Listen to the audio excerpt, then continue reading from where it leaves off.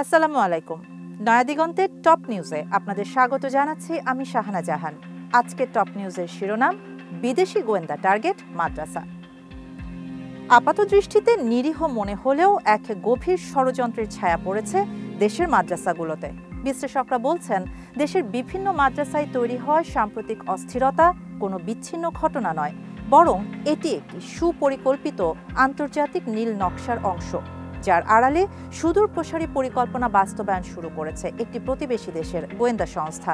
বিশেষ করে ডাকসু ও জাকসু নির্বাচনের ফলাফল তাদের কাছে স্পষ্ট করে দিয়েছে যে আগামী জাতীয় নির্বাচনে মাদ্রাসা ছাত্র শিক্ষক তাদের ভোটাধিকার প্রয়োগে সুচিন্তিত মতামত দেবে।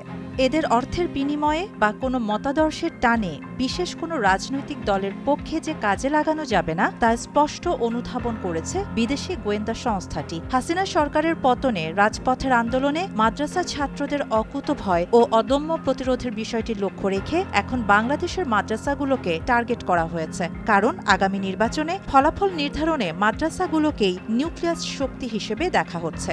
টার্গেট রয়েছে ইসলামী আরবি বিশ্ববিদ্যালয়, যা দেশের প্রায় ১৭০০ মাদ্রাসার প্রশাসনিক তদারকি করে। একটি প্রভাবশালী চক্র, যার সঙ্গে রাজনৈতিক নেতা, মিডিয়া ব্যক্তিত্ব এবং বামধারার কর্মকর্তারা জড়িত। এই বিশ্ববিদ্যালয়কে ঘিরে গভীর ষড়যন্ত্রে মেতে উঠেছে। চক্রটির অন্যতম উদ্দেশ্য আলিয়া ও কওমি মাদ্রাসার মধ্যে বিভেদ সৃষ্টি, যেন শিক্ষার্থীরা ভোটের সময় বিভ্রান্ত হন এবং ঐক্যবদ্ধ শক্তিতে পরিণত না হতে পারেন। নগদ অনুদান, জমির প্রলোভন ও ব্যক্তিগত সুযোগ সুবিধা দিয়ে এই বিভাজনকে আরও গভীর করার চেষ্টা চালানো হচ্ছে।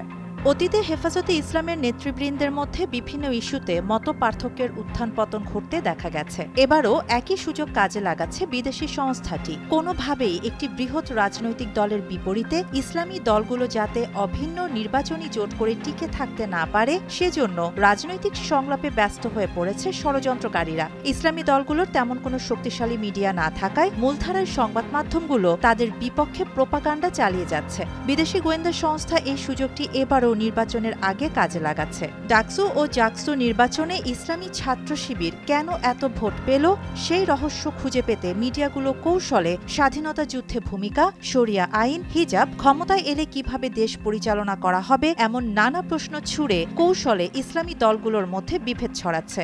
অন্যদিকে হেফাজতে ইসলামের সঙ্গে একটি বড় রাজনৈতিক দলের ঘনিষ্ঠতা নিয়েও উঠেছে প্রশ্ন। ২০১৩ সালে শাপলা চত্বরের ঘটনার সময় পাশে না দাঁড়ালেও আজ নির্বাচনের আগে সেই হেফাজতের সমর্থন পেতে মরিয়া হয়ে পড়েছে তারা।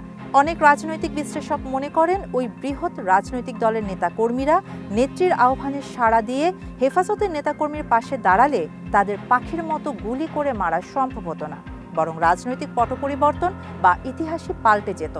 এখন প্রশ্ন, হেফাজত কি তবে তাদের কাছে স্বর্ণের হরিণ হয়ে উঠেছে? সম্প্রতি কয়েক দশকের আওয়ামী নেতা ও দল পরিবর্তনকারী ফজলুর রহমান দাবি করেছেন, বিশ্ববিদ্যালয়গুলোতে আলিয়া মাদ্রাসার ছাত্রদের শিক্ষার সুযোগ করে দিয়ে সর্বনাশ করা হয়েছে। বিশ্ববিদ্যালয়গুলো ভরে যাচ্ছে মাদ্রাসা ছাত্রদের দিয়ে। আসলে শিক্ষার সুযোগ কাজে লাগিয়ে মাদ্রাসা ছাত্ররা যে সৎ নাগরিক হিসেবে গড়ে উঠছে তা আড়াল করতে এবং সামগ্রিক মাদ্রাসা শিক্ষা সম্পর্কে মানুষের মনকে বিষিয়ে তুলতেই এসব অপপ্রচার চালানো হচ্ছে, যা তাদের বিপরীত মতাদর্শের ভোটারদের নির্বাচনে সৎ ও যোগ্য প্রার্থীকে ভোট দেওয়ার ক্ষেত্রে বাধা সৃষ্টির অপকৌশল। শাহানা জাহান, নয়া দিগন্ত।